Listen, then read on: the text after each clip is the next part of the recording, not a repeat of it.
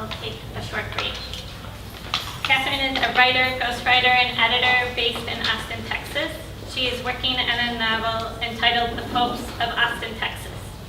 The book is a family narrative told from 3 generations' points of view: a mother, a grandmother, and a daughter. Tonight, she'll be reading from the section of the mother, Carrie Ann, a reformed heroin addict working in Houston as a hotel maid. Help me welcome Catherine.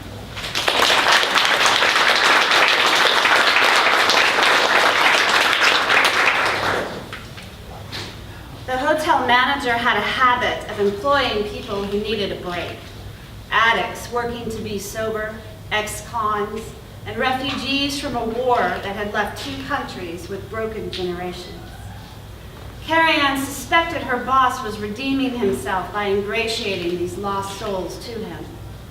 He was a gruff, hard man with a solid presence, but there was a softness to him when he smiled, which was not often, but when he did, his eyes crinkled up like Santa Claus. He was the first person to trust Carrie Ann since her arrest, and she could tell his trust was not based on anything else but his choice. She was tethered to him and to the hotel. She was not overly friendly with the rest of the staff, but there was Michael, the cook, who had taken one look at Carrie Ann on her first day and clocked her for what she was, or what she had been. Carrie Ann was sure he had replaced his heroin addiction with food, as she had replaced hers with cigarettes. And each week he would attempt variations of her favorite dishes. But since she was a child, Carrie Ann had eaten like a bird, and she preferred to graze with nuts and fruits and raw vegetables. A plate piled high with food was not her choice, but still he tried. She picked at his crepe Suzettes and pineapple chicken and broccoli quiche and cheese balls and coq au vin, all the while telling him how delicious it was. Michael was an exceptional cook, and all of this pointed attention from him did not change Carrie Ann's hummingbird frame, but Michael's belly grew in proportion each month. Her only other friend worked in the laundry room, but it had taken almost a year for them to be friends. It had started with an unforeseen burst from the small, shrunken Vietnamese woman on an unseasonably cool day in June.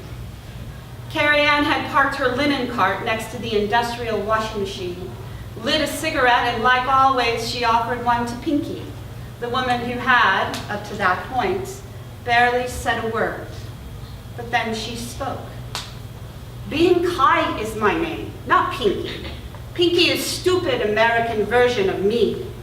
Bing Kai threw the towel down on the floor of the laundry room and ranted on. I no like Pinky. I want you, Carrie Ann, my friend. You call me what I am. I'm not pink. I am peace. Bing Kai is girl peace in Vietnamese. These were the most words Pinky had ever spoken to Carrie Ann. Before this, the 2 women worked in a companionable silence, with Carrie Ann smoking and watching Bing Kai fold the sheets and towels and bathrobes that Carrie Ann brought down from above. But after the truth was revealed that Pinky was not Pinky, that she was girl peace, Carrie Ann started to tell her more, like she had been a junkie, a bad one. Men and needles and open sores and stained mattresses, and a little girl hiding in a cupboard as a party raged on in the 11th home she had known in 3 years. This little girl was lost to Carrie Ann now, and when she told these things to her friend, Bing Kai would nod her head and ask for a cigarette. The 2 women shared their breaks sitting on milk crates in the alley behind the hotel, chain smoking, sometimes silent and sometimes not, but with valleys of ruin between them. Bing Kai knew all about loss. In Vietnam, she had lost a mother and a father and a sister and a brother and her 4 children. But it was coming to Texas that was the biggest loss. They are spirits now, no follow Bing Kai. They not know where Bing Kai live. They not with me. I talk and talk to white spaces. I light candles for them to follow. but they no can see me. My children are orphan ghosts.